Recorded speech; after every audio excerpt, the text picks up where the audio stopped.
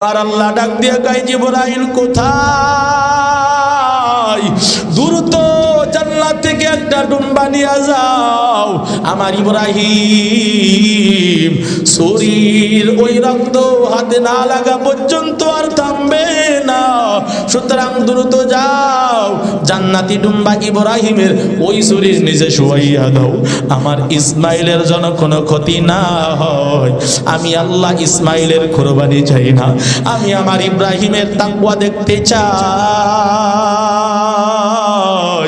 এমন অবস্থা হয় ইব্রাহিম নবী যখন ছুরি চালায়, জিবরাইল জান্নাত থেকে ডুম্বা নিয়া ওই ইব্রাহিম খলিলের ছুরির নিচে শুয়াইয়া দেয়, ইসমাইলে সরাইয়া দেয়, হাতের ভিতরে রক্ত লাগে। ইব্রাহিম চক্ষু খুলিয়া দেখে ভিন্ন একটা পশু জবাই হয়ে রয়েছে, আর ইসমাইল জিবরাইলের কোলে। একবারে যায় ডাক দেওয়া কয় কি ব্যাপার বাবা, আল্লাহ বুঝি বেজার হইয়া গেছে, দ্রুত আসো, তুমি জবাই হও নাই, আবার জবাই দেই।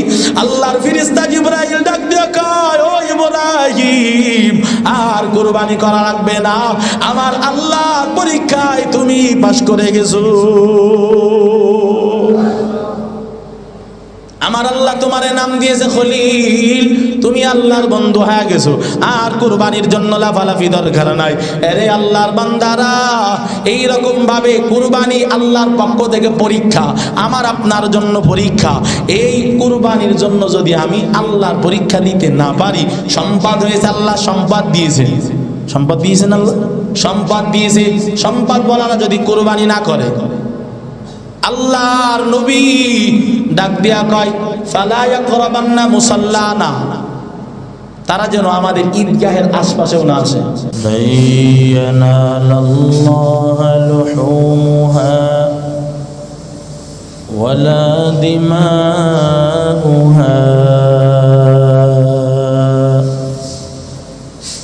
ওয়ালাকিন ইয়ানালুহুত তাকওয়া মিনকুম। وقال رسول الله صلى الله عليه وسلم من وجد سعة ليضحي ولم يضحي فلا يقربن مصلانا। مقبول ہے شاذ ہے قابل تو بہت ہے، مقبول ہے شاذ ہے قابل تو بہت ہے، اے نا کہ منندے تو نہیں دل تو بہت ہے، اے نا کہ منندے تو نہیں دل تو بہت ہے۔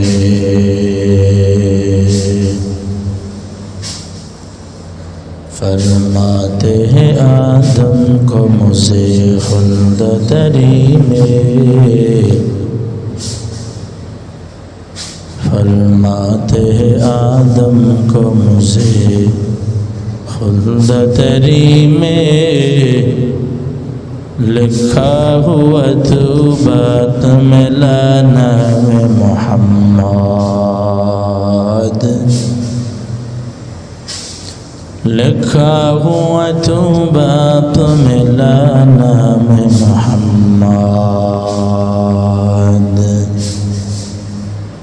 ہے میم میں محبوب یہ مطلب کا اشارہ، ہے میم میں محبوب یہ مطلب کا اشارہ،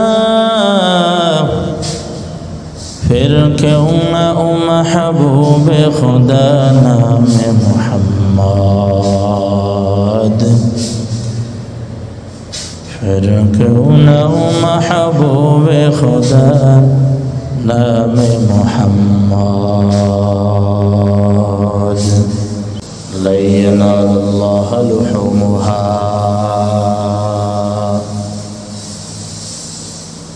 ولا دماؤها ولكن ينالهم التقوى منكم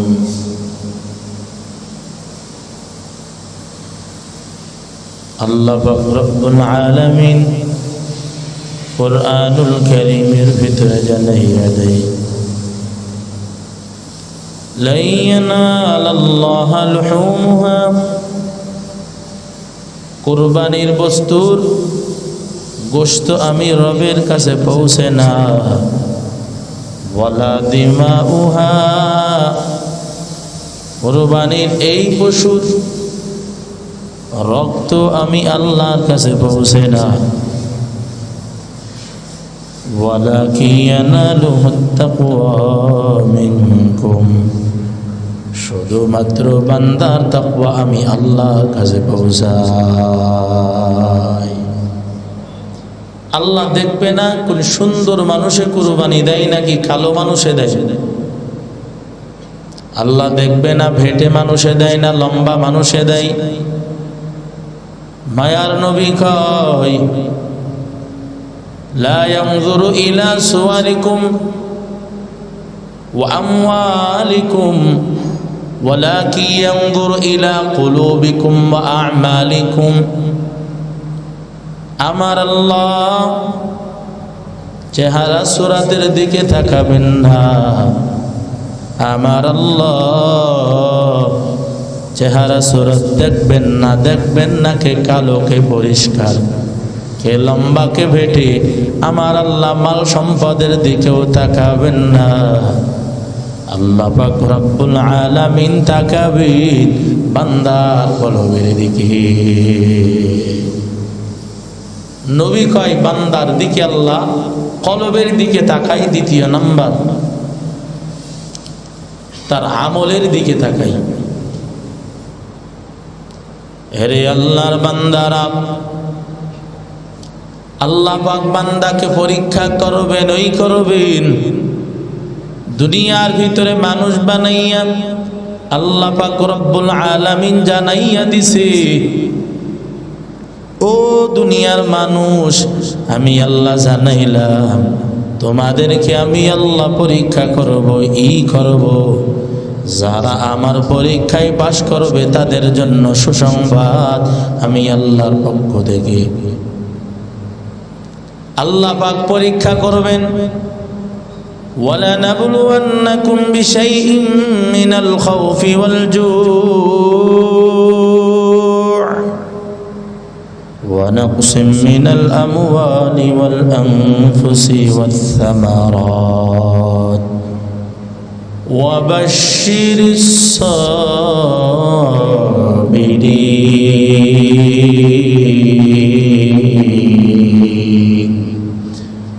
আল্লাহ পাক রব্বুল আলামিন বলেন অবশ্যই আমি আল্লাহ পরীক্ষা করব। ভয় দ্বারা পরীক্ষা করব, আমি আল্লাহ পরীক্ষা করব। ক্ষুধা দ্বারা পরীক্ষা করব। ওয়ানাকসিম মিনাল আমওয়াল মাল সম্পদের ধ্বংস করি আমি আল্লাহ পরীক্ষা করব। ওয়াল জু' আমি আল্লাহ ক্ষুধার মাধ্যমে পরীক্ষা করব। শস্য আদি সব ধ্বংস করার মাধ্যমে পরীক্ষা করব। আল্লাহ পাক রব্বুল আলামিন কয় ওয়াবাশশিরিস সাবিরিন আর সুসংবাদ ধৈর্যশীলদের জন্য। এরে আল্লাহর গোলাম, দুনিয়াতে যা কিছু আল্লাহ দিয়েছেন সব আমার আল্লাহ নিজে দিয়েছেন। দুনিয়ার কোনো মানুষের ক্ষমতা নাই একটা জিনিস বানানোর, একটা কিছু করার ক্ষমতা।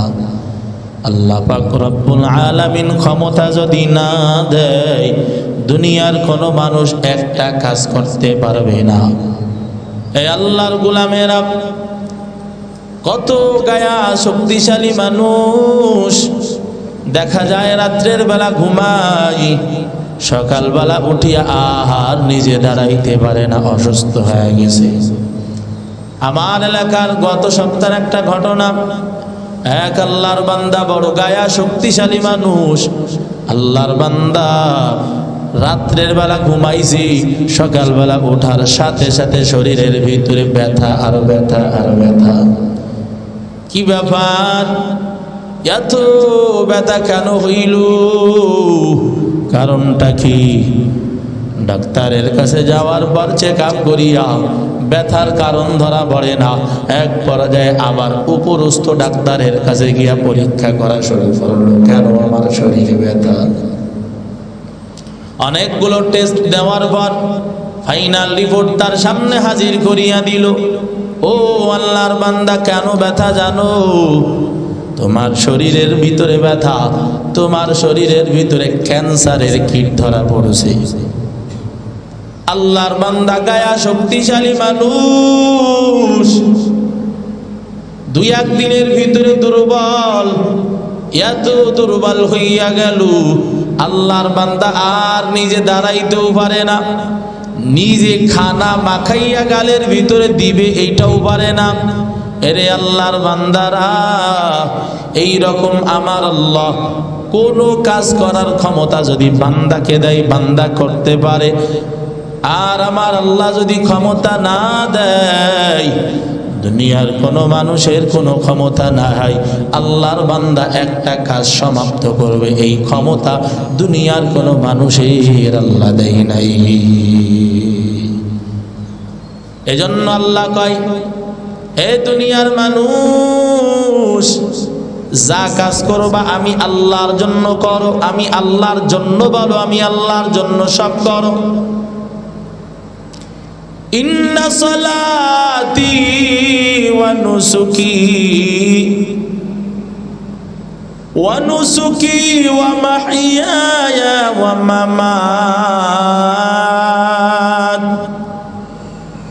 ওয়া মামাতি লিল্লাহি রাব্বিল আলামিন।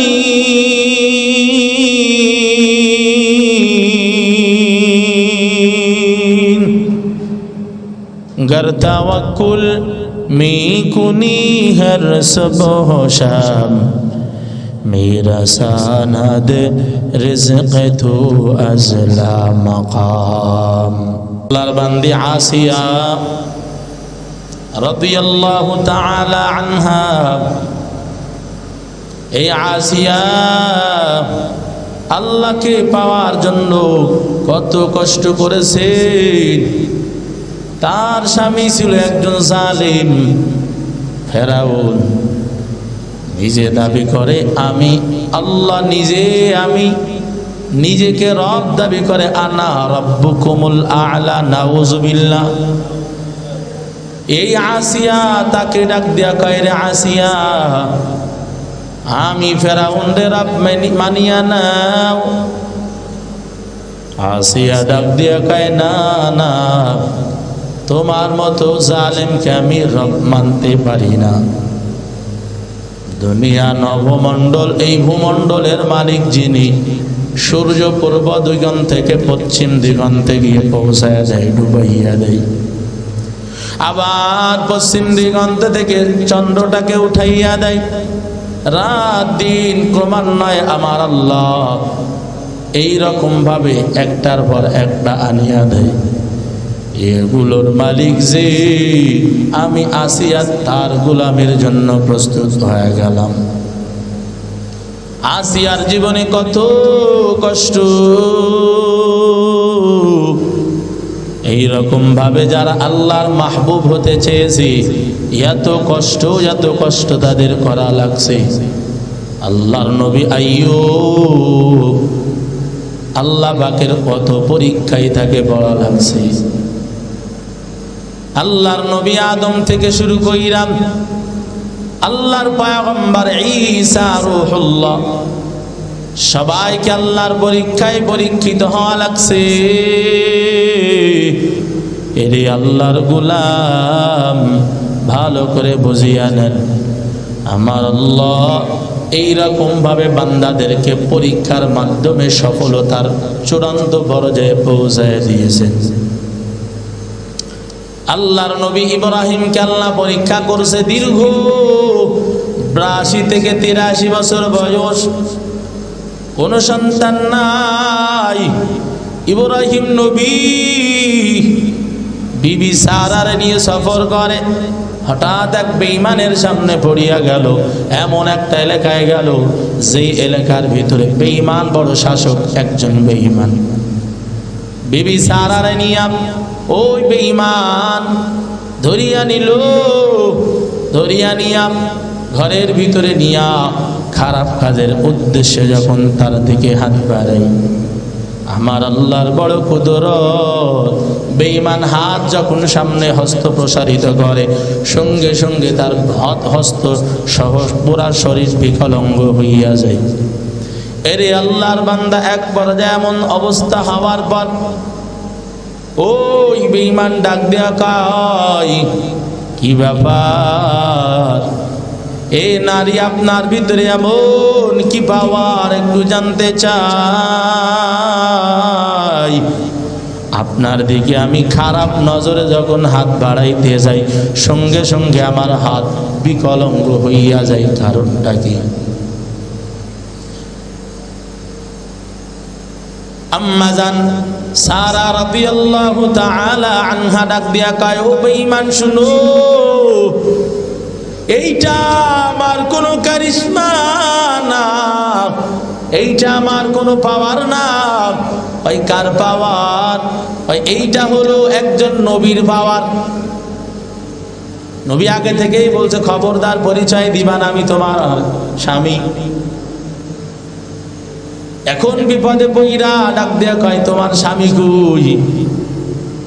আল্লাহর বান্দি সারা রাদিয়াল্লাহু আনহা কয়, ওই গাছের নিচে যেই বান্দা বসা সে আমার স্বামী এবং আল্লাহর একজন বিশেষ পয়গম্বর ইব্রাহিম।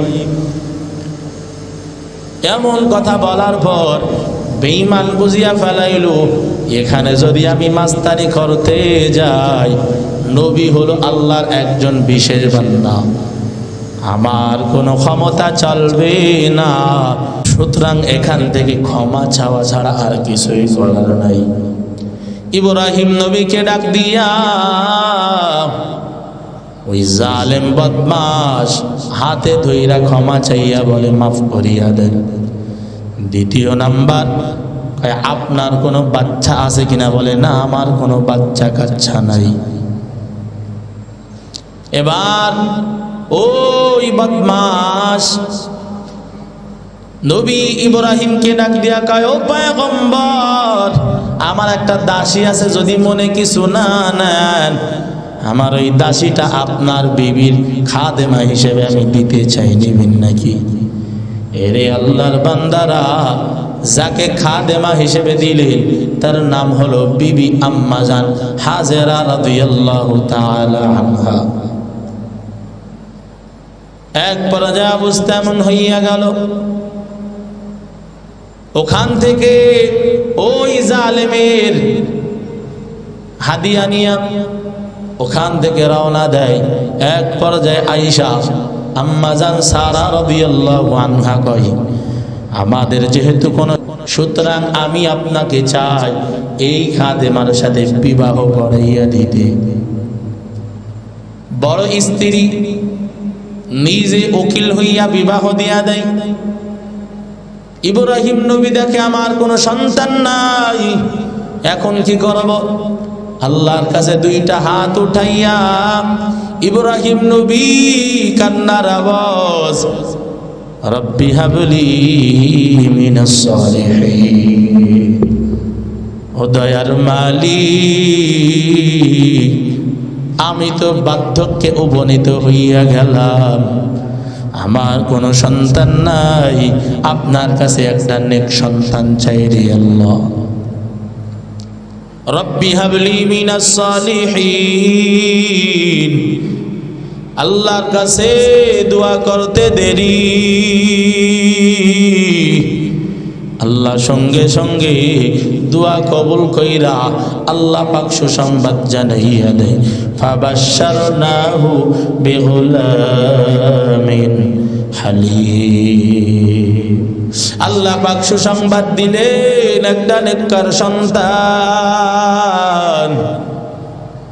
বার্ধক্যে উপনীত হওয়ার পর ইব্রাহিম নবীকে আল্লাহ একটা নেক সন্তানের সুসংবাদ দিলেন। সন্তান আল্লাহ পাক দান করলেন, নাম হলো পয়গম্বর ইসমাঈল আলাইহিস সালাম।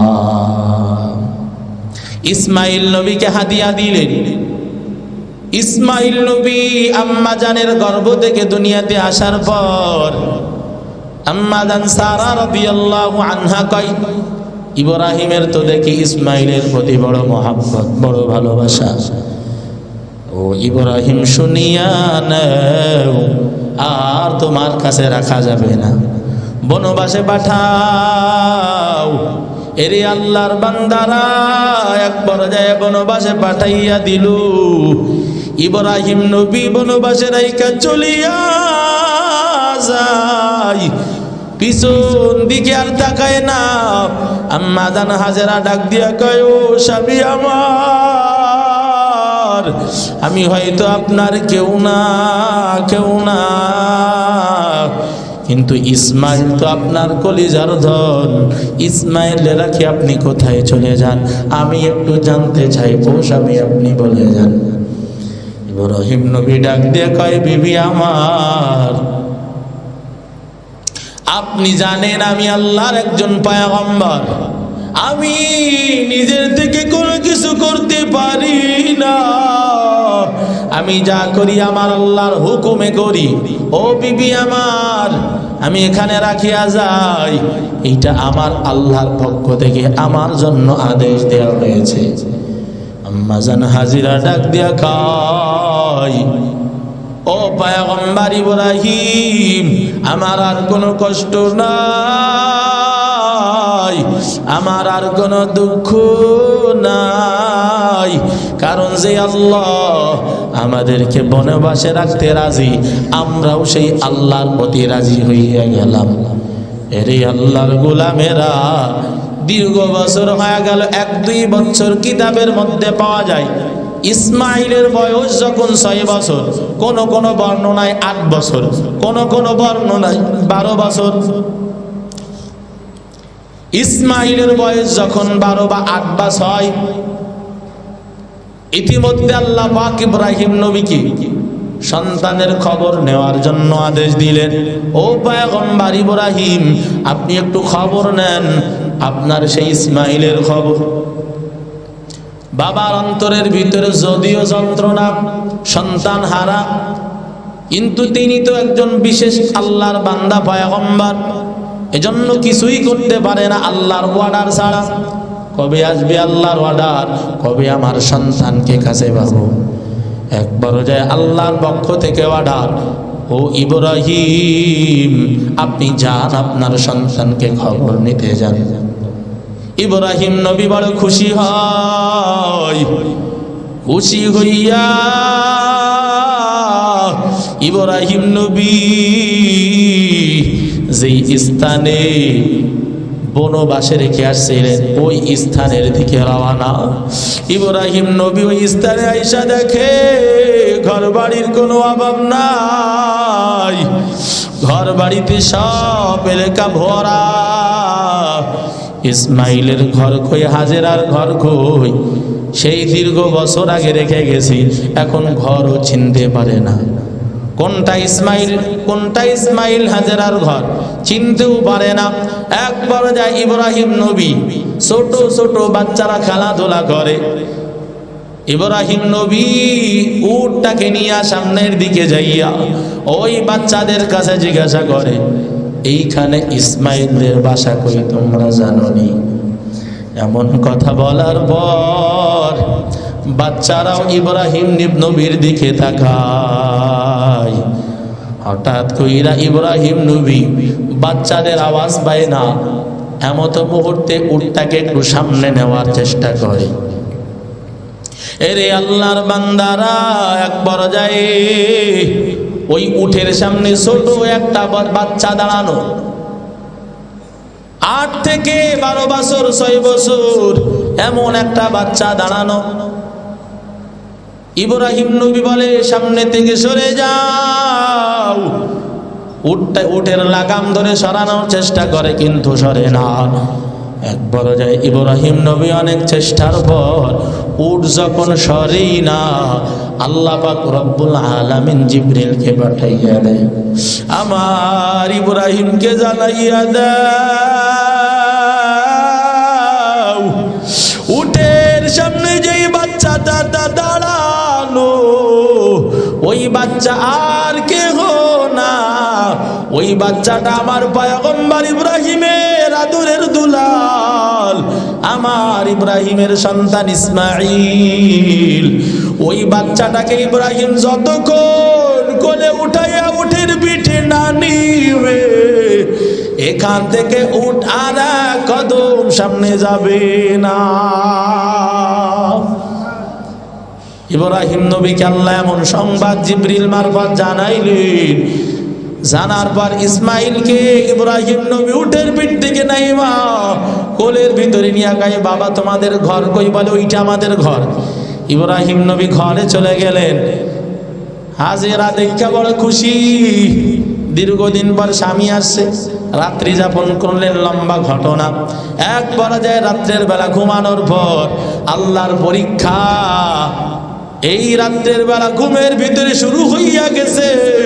আল্লাহ পাক রব্বুল আলামিন স্বপ্নে যুগে দেখা, ইব্রাহিম আপনি কুরবানি করেন। কিতাবের মধ্যে পাওয়া যায় সিরিয়া থেকে যে জামান ওই স্থানে তাবু গেড়ে গেড়ে যারা ওখানে বসবাস শুরু করেছিল, এরা ভেড়া দুম্বা উটের এদের অনেক আবাদি ছিল।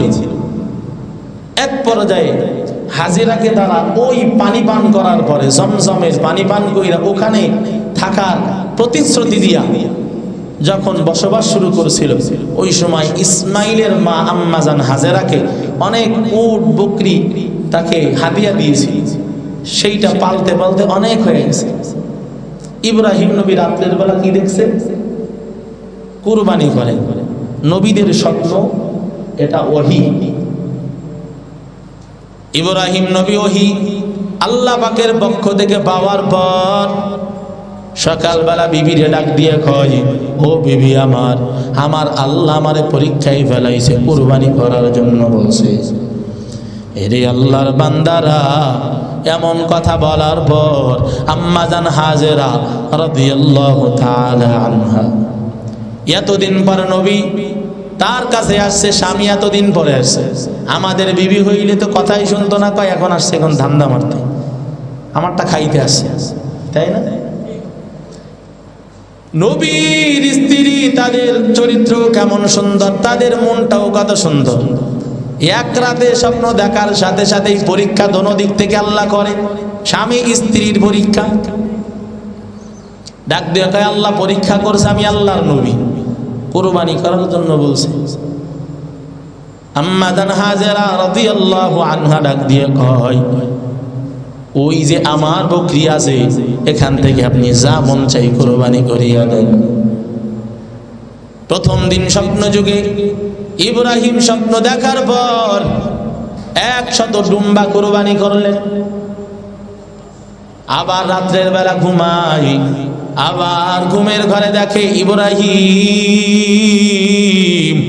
কুরবানি হয় নাই, আবার আপনি কুরবানি করেন। পরের দিন আবার কয়, বিবি আবার স্বপ্ন দেখাইছে কুরবানি, কি করতে? আবার 100 উট কুরবানি করে দেয়। পরের রাতে আবার ঘুমাই, ঘুমের ঘরে স্বপ্নে দেখে ইব্রাহিম আপনি যদি কুরবানি করেন, আপনার কুরবানি আল্লাহর কাছে পছন্দ হয় না। আপনার কাছে আপনার আদরের বস্তু যেইটা, ওইটা আপনার প্রভুর নামে কুরবানি না করা পর্যন্ত আপনার কুরবানি আল্লাহর কাছে কবুল হবে না। ইব্রাহিম নবী রাতের বেলা স্বপ্ন দেখে এখন চিন্তিত হয়ে গেছে, কি আমার কাছে এত সম্মানিত, এত মহব্বতের। চিন্তা ফিকির কইরা ইব্রাহিম নবী তাকাইয়া দেখে, আমার কাছে আমার সন্তান ইসমাইলের মতো এত মহব্বতের আর কিছু হইতে পারে না। এক পর্যায়ে অবস্থা এমন হইয়া গেল, ইব্রাহিম নবী এখন কি করবে? সকালবেলা ওইটা লম্বা ঘটনা, বিবির কাছে যাইয়া ইব্রাহিম নবী এখন বুঝতে পারছে আল্লাহ আমার সন্তান কুরবানি চায়। সকালবেলা বিবির কাছে যাইয়া কয়, ও বিবি, আমার বন্ধুর মেহমান হয়, আমি বন্ধুর বাসায় যাব, আমার সন্তান ইসমাইল একটু সাজায়া দাও। ইসমাইলে বাবার সাথে পাঠানোর জন্য আম্মা জান হাজেরা সুন্দরভাবে সাজাইয়া গুছাইয়া ইব্রাহিম নবীর হাতে তুলিয়া দেয়। ইব্রাহিম নবী সন্তানটাকে নিয়ে চলে যায়। আর এদিকে শয়তান মাথা খারাপ হইয়া গেল। ইব্রাহিম আল্লাহর পক্ষ থেকে পরীক্ষিত, আর এই পরীক্ষায় যদি পাশ করা যায় গোটা দুনিয়ার অনেক বেঈমান মুসলমান হয়ে যাবে। কি করা যায়? বাধা দেওয়া দরকার। প্রথমে যাইয়া ওই শয়তান তো জানে হাওয়াকে ধোঁকা দিয়েছিলাম, এখন হাজেরাকে ধোঁকা দিব, এই রকম নিয়ত কইরা শয়তান যাইয়া হাজেরার কাছে কয়, হাজেরা কি করলি রে? তোর দুলাল ইব্রাহিমের চাদরের ভিতরে চুরি, এখন এই বিদায় নিয়া ইসমাইলে জবাই করে দিবে, ইসমাইলে পাঠায় না, ইসমাইলে তুমি নিয়ে রাখো। এমন কথা বলার পর হাজেরা বলে, হায় হায়, এইটা আমি বিশ্বাস করি না। বাবা কোনোদিন সন্তানকে কুরবানি করতে পারে?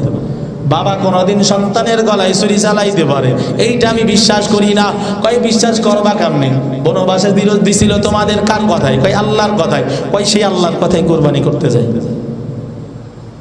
এমন কথা শোনার পর আম্মা জান হাজেরা বুঝতে পারছে শয়তান। ডাক দিয়ে কয়, রে শয়তান, দূর হয়ে যা, দূর হয়ে যা। আমার আল্লাহর কথা, ইব্রাহিম যদি ইসমাইলের গলায় ছুরি চালাইতে পারে, ইব্রাহিম এক ইসমাইলের গলায় ছুরি চালাইবে, আর আমি হাজিরা জানাইলাম এইরকম শত শত হাজার হাজার ইসমাইলকে আমি আমার আল্লাহর জন্য কুরবানি করতে রাজি। শয়তান দেখে ধোঁকা দেওয়া যায় না, কি করা যায়? তাইলে এখন ছোট্ট বাচ্চা ইসমাইলে ধোঁকা দিই, ইসমাইলের কাছে গিয়া ধোঁকা দেয়, তোর বাবা তোরে জবাই করতে আনছে, এই ইসমাইল পালাইয়া যাও। এমন কথা বলার পর ইসমাইল নবী ছোট মানুষ বাবাকে ডাক দেওয়া, খায়, বাবা, এই বুড়া মানুষ আমারে বলে তুমি নাকি জবাই করবা। ইসমাইল নবীর কথা শোনার পর ইব্রাহিম নবী কয়, তুমি পাথর মারো। এখনো হাজী সাহেবরা ওই বাইতুল্লাহ হজে যাইয়া ওই মিনার পাশে যেই শয়তানের মিনারা বানানো আছে, ওখানে ওই জায়গায় যদি পাথর না মারে, আল্লাহ পাক বলছে এই পাথর না মারলে হাজী সাহেবের হজ কবুল হবে না। ইব্রাহিম নবী এবং আম্মা জান হাজেরা ইসমাইল নবী তাদের সব কিছু এখনো রেখে দিয়েছেন। সাফা মারওয়ায় আম্মা জান দৌড়াদৌড়ি করছে। এখনো যদি কোনো হাজী সাহেব হজে যায় আর সাফা মারওয়ায় যদি দৌড়ানি না দেয়, তাদের হজ আল্লাহ দরবারে কবুল হবে না। এই জন্য আল্লাহ পাক সেইগুলো এখনো রেখে দিয়েছেন। এরে আল্লাহর গোলাম, একবারে যা অবস্থা এমন হইয়া গেল, সন্তানের এমন কথা শুই না, বাবা সন্তানকে নিয়ে মিনায় চলিয়া গেল। এখনো যেই জায়গায় জবাই করতে নিয়ে গেছিল ওখানে এখনো চিহ্ন করা আছে।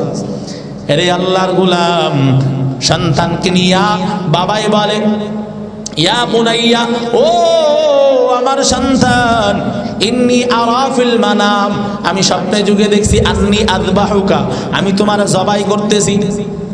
ফানজুর মাযা তারা, তোমার খেয়াল একটু জানতে চাই, বলো। ক্বালা ইয়া আবাতি ইফআল মা তুমার, সন্তান কেমন? সন্তান ডাক দেয়া কয়, ও আমার বাবা,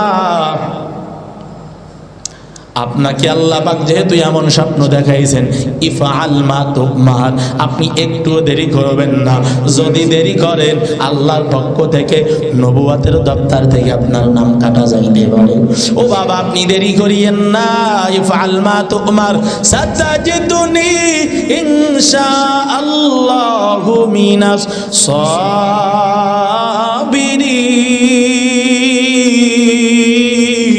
সাবিরিন।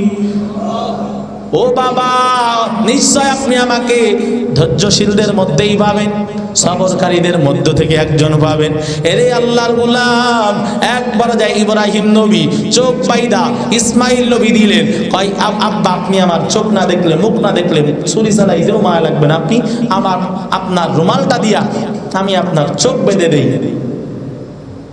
এক পর্যায়ে অবস্থা এমন হয়ে গেল, চোখ বাঁধিয়া ইসমাইলকে জবাই করার জন্য ইব্রাহিম ছুরি ধরছে।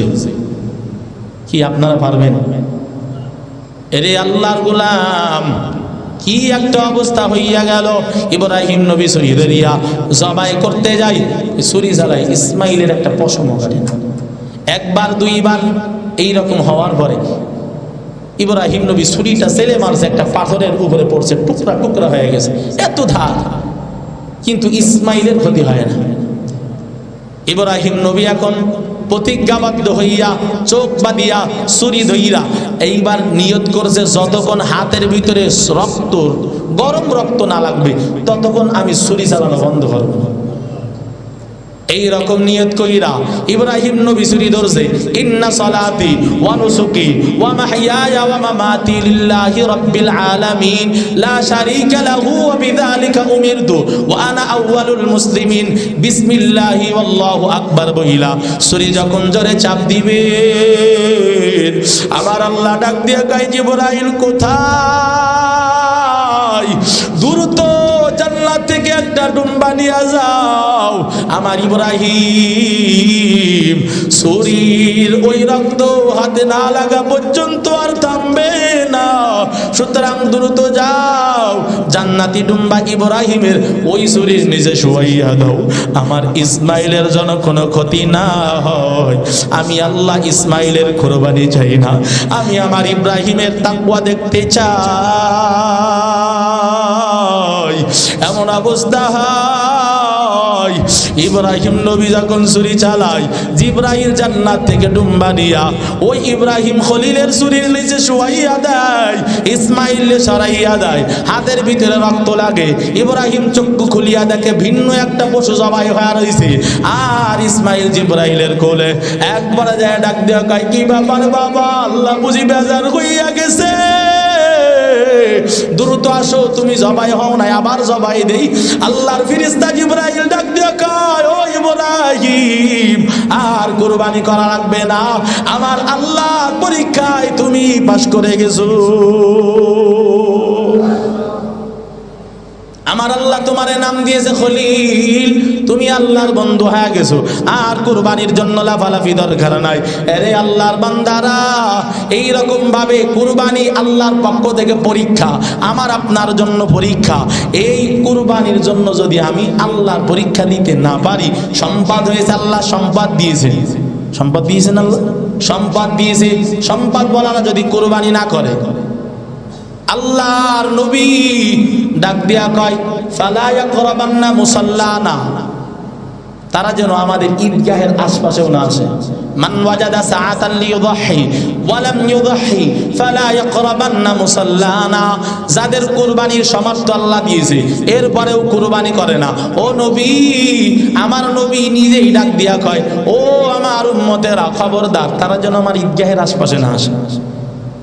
কত বড় ধমকি! এরে আল্লাহর বান্দারা, এই জন্য কুরবানি আমার আপনার উপরে আল্লাহ পাক রব্বুল আলামিন দিয়েছেন। এই কুরবানি যদি আমি করতে পারি আল্লাহর কাছে মাহবুব ইব্রাহিম নবীর অনুসরণে, আল্লাহ পাক ইব্রাহিম নবীর কুরবানি যেমন কবুল করেছেন, আমারটাও এমন কবুল করবেন। কি করবেন? কি করবেন?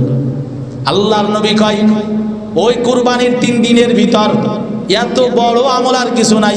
মা আমিলা আদামিয়্যু মিন আমালিন ইয়াউমিন নাহরি আহাব্বু ইলাল্লাহি তাআলা মিন ইহরাকিদ দাম, আল্লাহর জন্য রক্ত ঝরানোর মতো এত প্রিয় আমল ওই কুরবানির সময় আর কিছুই নাই। ওয়া ইন্নাহু লায়াকউ মিনাল্লাহি ওয়া ইন্নাহু লায়াতি ইয়াউমাল কিয়ামাতি বিকুরুনিহা ওয়া আশআরিহা ওয়া আযলাফিহা, আল্লাহ পাক রব্বুল আলামিন যেই বস্তুটা কুরবানি দিবে, ওই বস্তুটা কিয়ামতের ময়দানে উপস্থিত করে দিবে, তার শিং সহ, তার খুর সহ, তার চামড়া লোম সহ আল্লাহ উপস্থিত করবে ওই বান্দার জন্য সাক্ষী হিসেবে। এরে আল্লাহর বান্দারা, এই জন্য কুরবানি করব কার জন্য? আর বলেন কার জন্য? গোশত খাওয়ার নিয়ত বাদ, আত্মীয় বিদয়ী করার নিয়তবাদ, মানুষ দেখানোর নিয়তবাদ। একমাত্র লিওয়াজহিল্লাহ কুরবানি যারা করবে তাদের কুরবানি আল্লাহর নবী বলেছেন রক্ত জমিনে পড়ার আগে আল্লাহর কাছে কবুল হয়ে যায়। পারবেন না ইনশাআল্লাহ? আল্লাহর জন্য কুরবানি আমরা করব। আল্লাহ যেন সেই তৌফিক আমাদেরকে দান করেন, বলেন আমিন।